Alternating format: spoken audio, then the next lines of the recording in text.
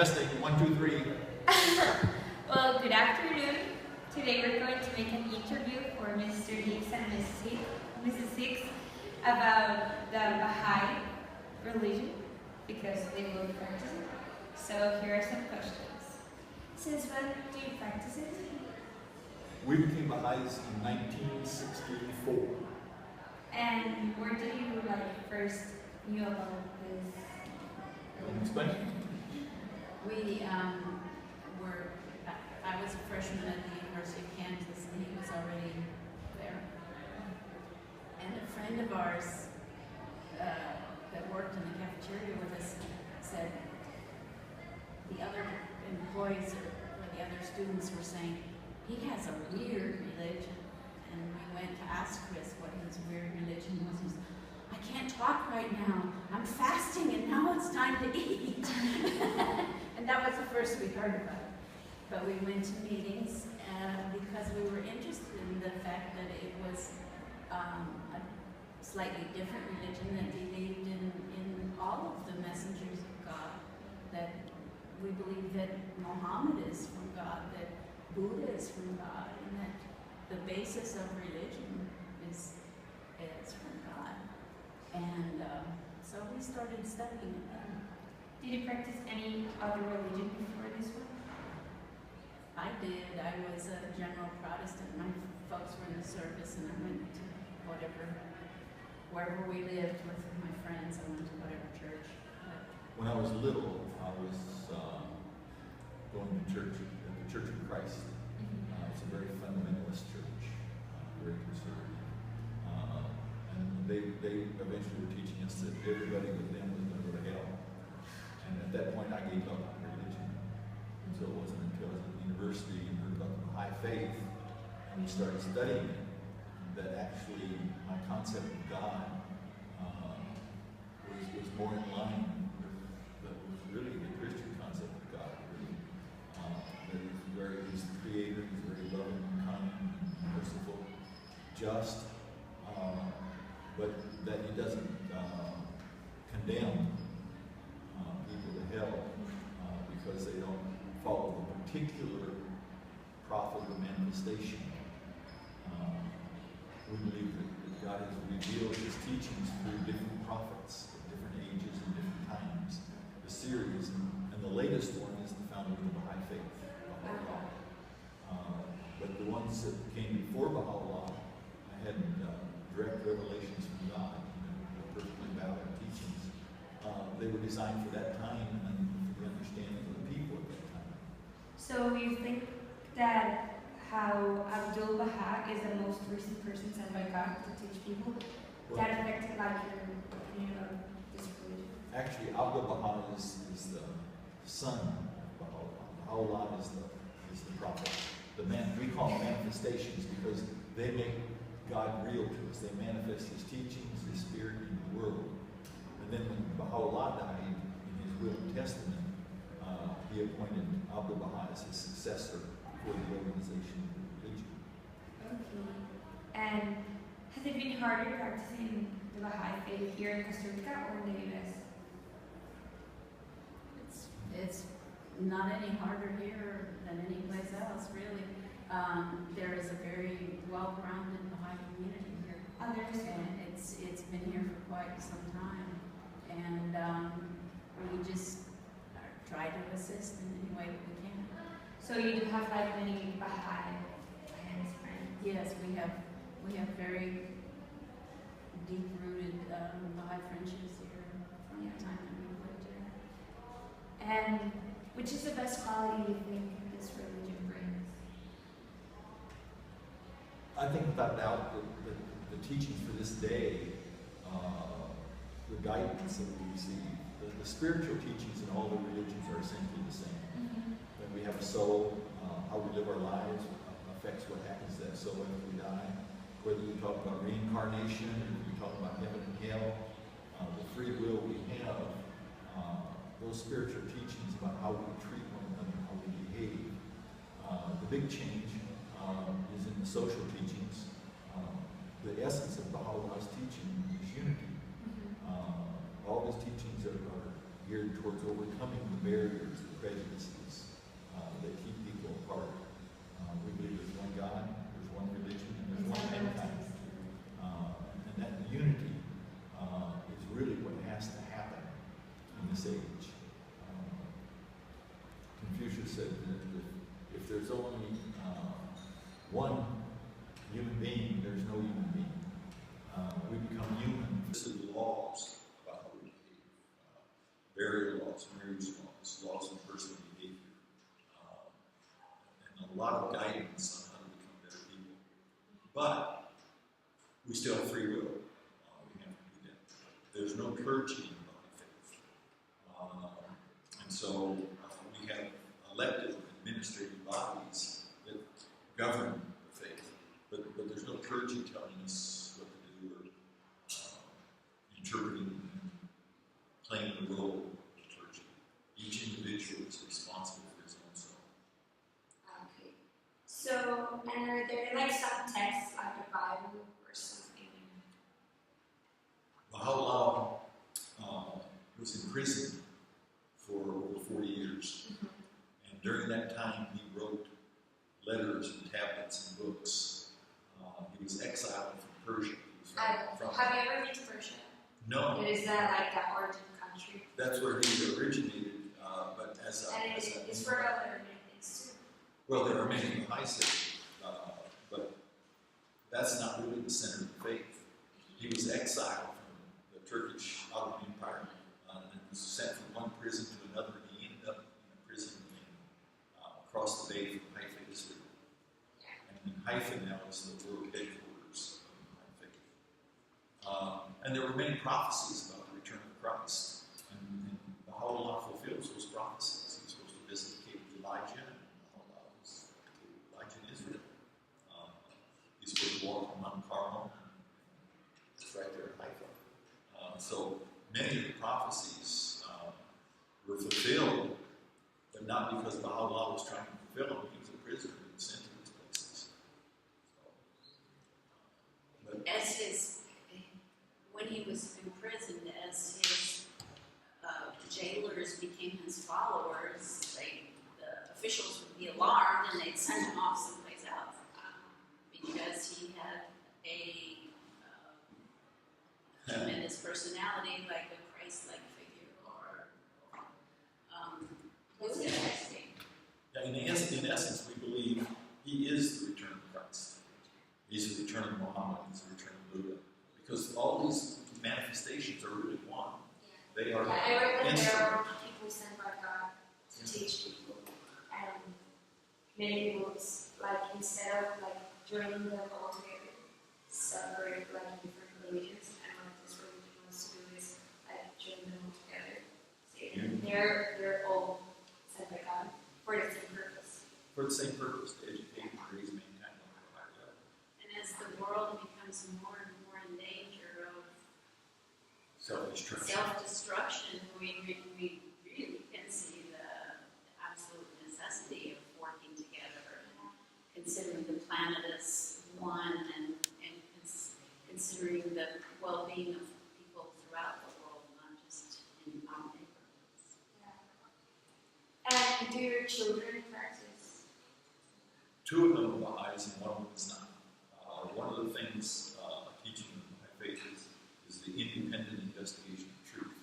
You don't automatically become Baha'i. You have to choose to become Baha'i. You have to investigate it yourselves.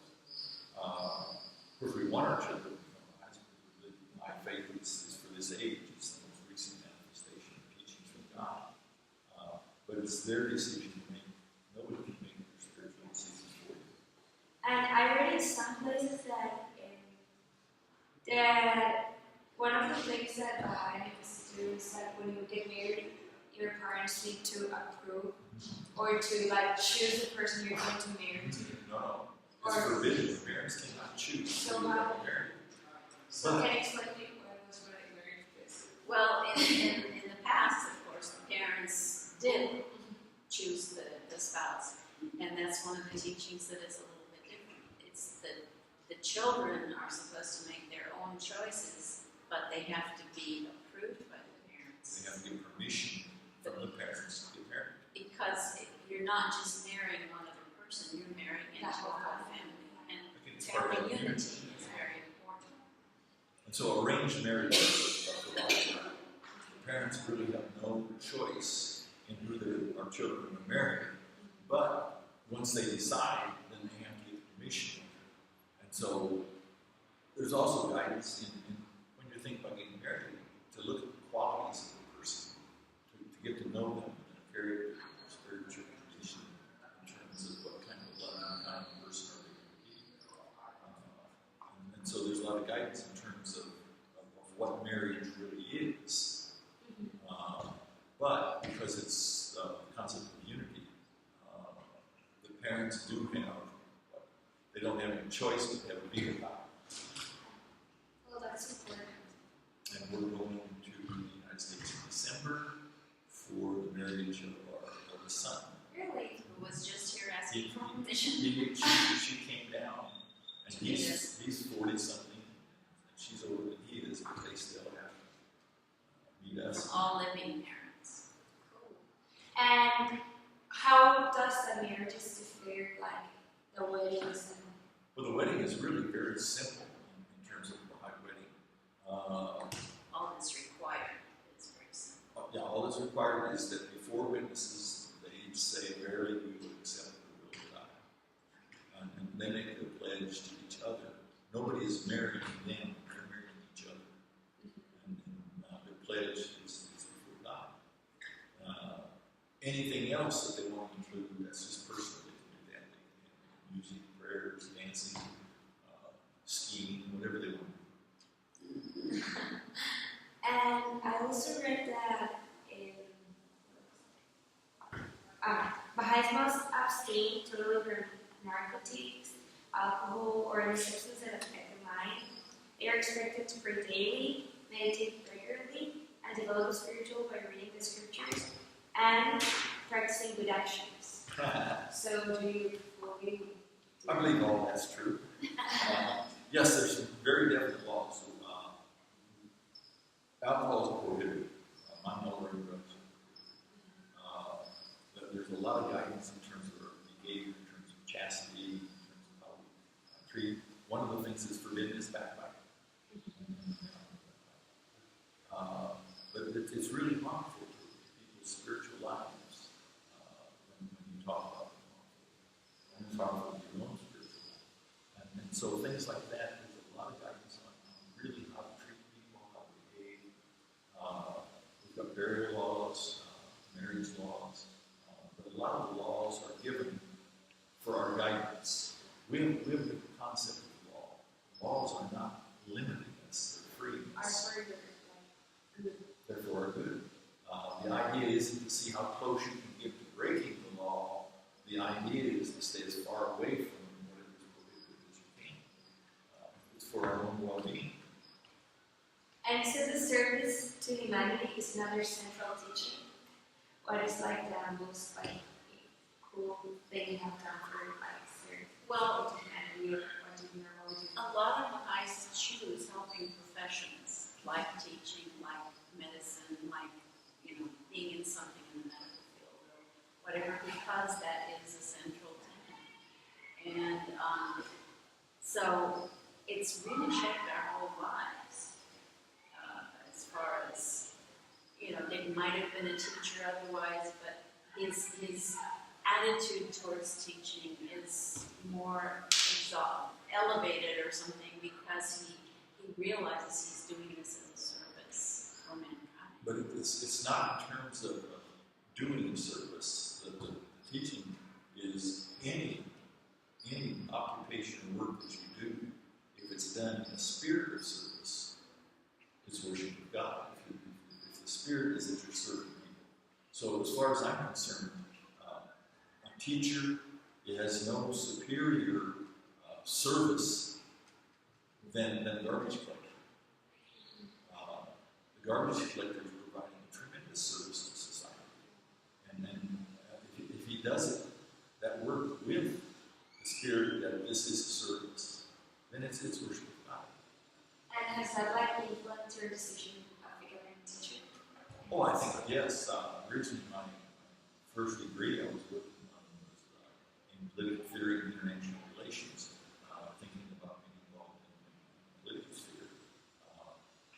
Became a Baha'i, and actually participation in partisan politics is forbidden. It's divisive. Look at what's happening with the Democrats and the Republicans in the United States. I mean, it's just dividing people. It's not just disagreeing on principles or things. They actually dislike one another. It's such a division. And so, although we vote, one of our high teachings is that we must be obedient to the laws of the land. We're not here to overthrow governments. We obey the government. We're here to change ourselves and the society in which we live. Eventually, the governments are going to change. As people change, the governments are going to change. They're not going to be so divisive. Baha'i taught 172 years ago, he was teaching that we needed a world government. We needed a world language. We needed a world currency to bring the world and the people closer together. One of his principal teachings, the equality of men and women. This was 170 years ago. Iran still doesn't have that. Yeah, many places. It's something you haven't come close to achieving. He was teaching the importance of it. One example that he was talking about that he used that I really liked is that men and women are like the wings of a bird. And you can't fly with one wing. Those wings are necessary to support humanity. And they should be equal in strength to these flying circles. But there's no way for us to go through all the teachings that Baha'i in his lifetime, all the guidance that he gave in so many areas. And it's going to take hundreds and hundreds of years. He said there would be another divine teacher, another manifestation, no less than 1,000 years. So we've got that period of time to incorporate his teachings into the world of humanity. Have you ever changed a person to the Baha'i? You can't. Have you ever taught a person and they decided to? Oh, yes. But see, it's always their decision. Yeah, but I think have you ever tried to set people? And it's not something that you do. You're just trying to be there to guide them to where to read and what to say. We introduce people. Yeah. And then what they do with it is that's up to them. We really have no say or well, I don't want to say no interest. We would like everybody in the world to become Baha'i. But once we introduce them to the faith, then it's up to them. If they want to read something, we're obligated to teach them by faith. But Baha'u'llah says we're forbidden to try to enforce our views on anybody. So when people ask about the Baha'i faith, we really like it. We want to teach them about the Baha'i faith. But we can't try to convince them. We're not out to convince people of the Baha'i faith. We're out to introduce them to the Baha'i faith. And then they can study if they so choose and become convinced or not. It's always a personal decision. Yeah. And when I was searching for symbols, there was kind of a star. What does that mean? Yeah, there's a 9-pointed star. 9 is the symbol of unity. It's the highest level of integer. It's the symbol of the Baha'i faith. The 9-pointed star. Another one, we don't have anything. You surprised us. There's an Arabic script of what we call the greatest name. And that's a registered symbol of the Baha'i faith also. And for example, in your houses, for example, in many Catholic houses, they have crosses and figures of adoration and all this stuff. Do you have them? We do.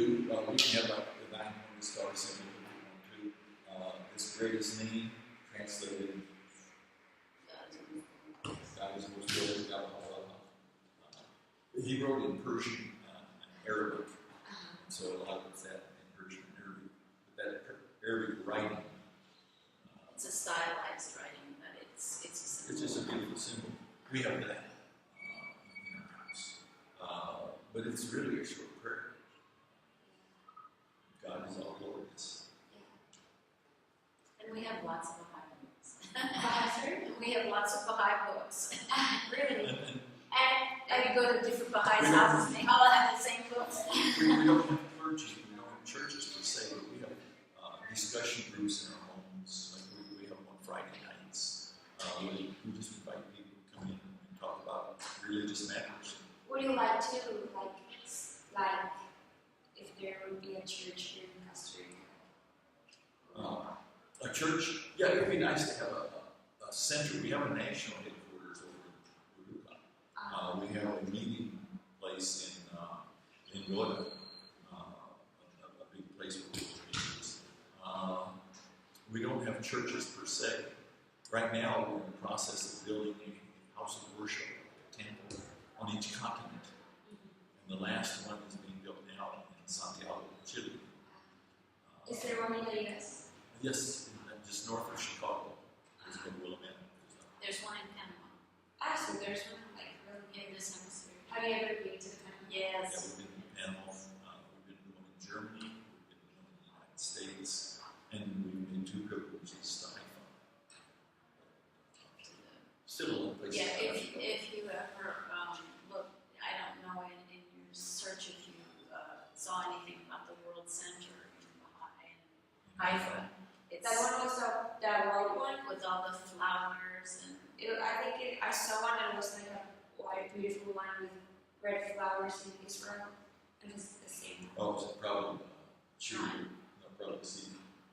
I don't know, but there's quite There's a Baha'i gardens Yeah. in Israel. the gardens are one of the it's very well known in Haifa. The tourism board promotes people going. But it's a world presence. The rest of them are just on continents, and eventually they'll be in most countries, but it's going to be a while. Yeah, I read that every day. The Baha'is are increasing. It's growing. Yeah. The thing is that we're pretty much spread out. I read that. Yeah. It was like really spread out. How many Baha'is approximately are here in Costa Rica? A couple of thousand probably. Yeah. It's interesting because here in Costa Rica, the biggest Baha'i presence is on the indigenous reserve. There's a lot of Waimea that are Baha'is, and in Talamanca there's some very, very strong Baha'i communities. And they're actually practicing community life as a Baha'i, which is more difficult in a city, because we're all, live in different communities and stuff, and they're all within walking distance or whatever. But the Baha'i administration is very, very conducive to the smaller communities like that. They've got contact. Have you ever been to Salamanca? It's really nice. Yeah. We're so far away. Yeah. And then the thing about it is, as far as I got, most of it is still out in the mountains. So it's just Yeah, he just got to the Montezita. up the river in the boat, and that's right. My mom is a lawyer, so she goes a lot to Salamanca because I'm a lawyer like the indigenous people thing. So I have been a lot of times, but like when I was younger, I didn't remember. But if you get a chance to go again, you should go. Yeah, I should. It's really pretty. And you come with us. Me too. And so you think you practice like every day, like do you pray every day? And Oh, it's one of my offices. So you Pray do every it. day. And how often do you do it? Like each day? Not 5 times a day. That's the Muslim always 5 times a day. But we're admonished to pray every day. The writings say we should read and study and pray at the sunset. But there are certain prayers. There's one that we say at the evening, but it's choice. There's 3 mandatory prayers. You can choose which one you want to say this day. But the idea is that your religious life is not separate. It's not something that you practice. It's something that you become. It involves every aspect of your life. And so it's not something you go someplace to do.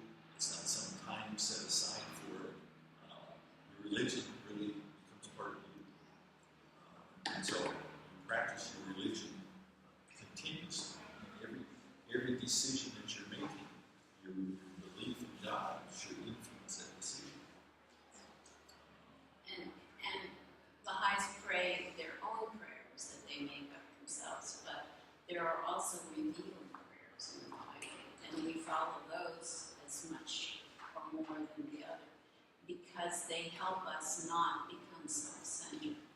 They teach us to pray for humility or for spiritual growth or for teaching or for someone who's died or something, but they're focused prayers because they were revealed by the manifestation of God.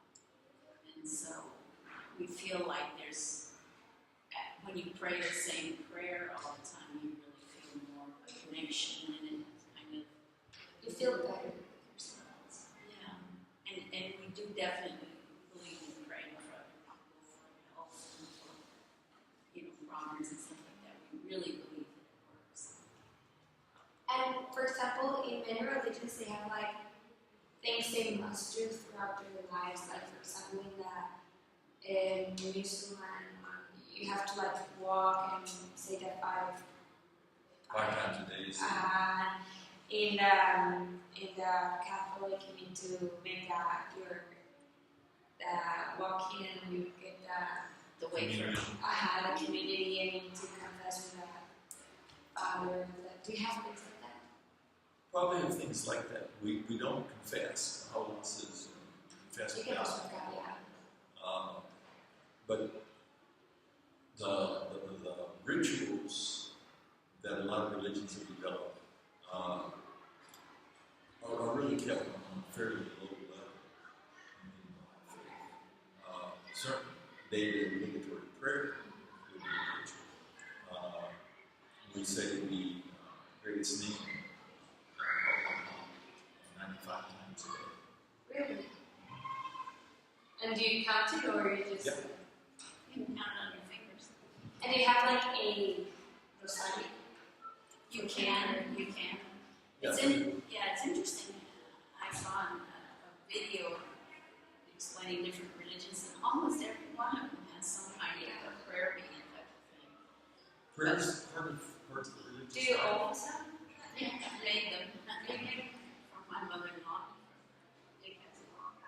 But it's just to help you keep track so that you're not, your mind isn't diverted from the prayer, It's like centered. Yeah, it's centered. And well, my questions are over, so do you have anything that you want to share about it?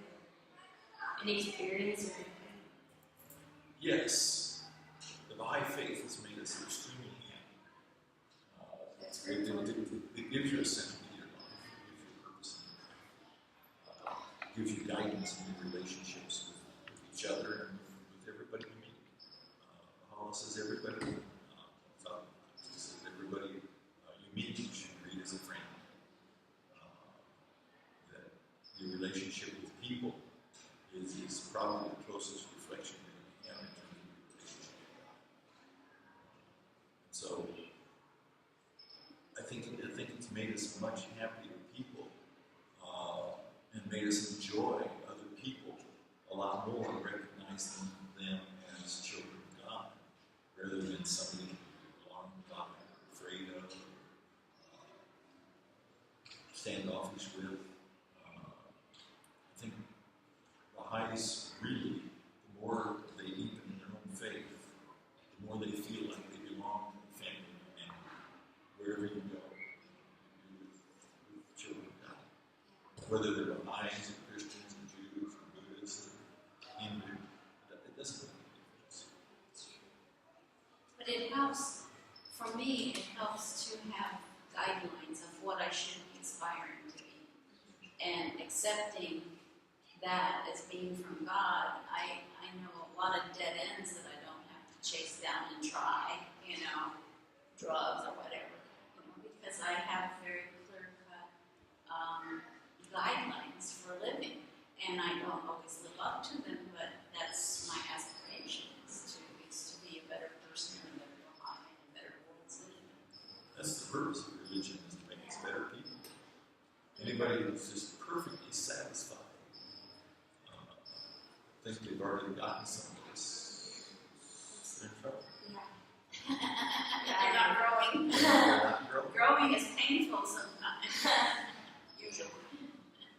How long have you two been married? Interesting question. Next Friday, it will be 50 years.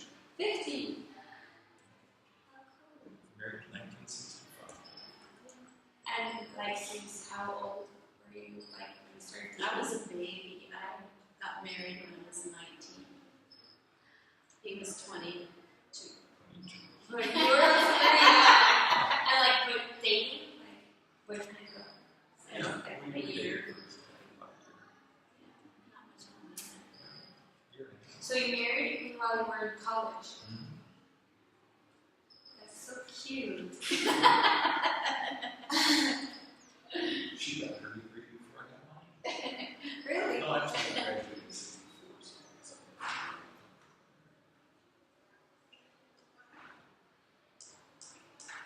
Well, congratulations. Wait, the MRS is considered a degree. This is I got my MRS when I went to college. I didn't graduate, but I got it. you didn't graduate until later. Oh, that's good. But the Baha'i faith has given us a purpose in life. We would have had Focus. but it wouldn't have been used to it. You feel a better person and your relationship has been better. Oh, yeah. I think being married 50 years to somebody that you didn't have a spiritual relationship with would be very. It makes you grow like grow. We're happy.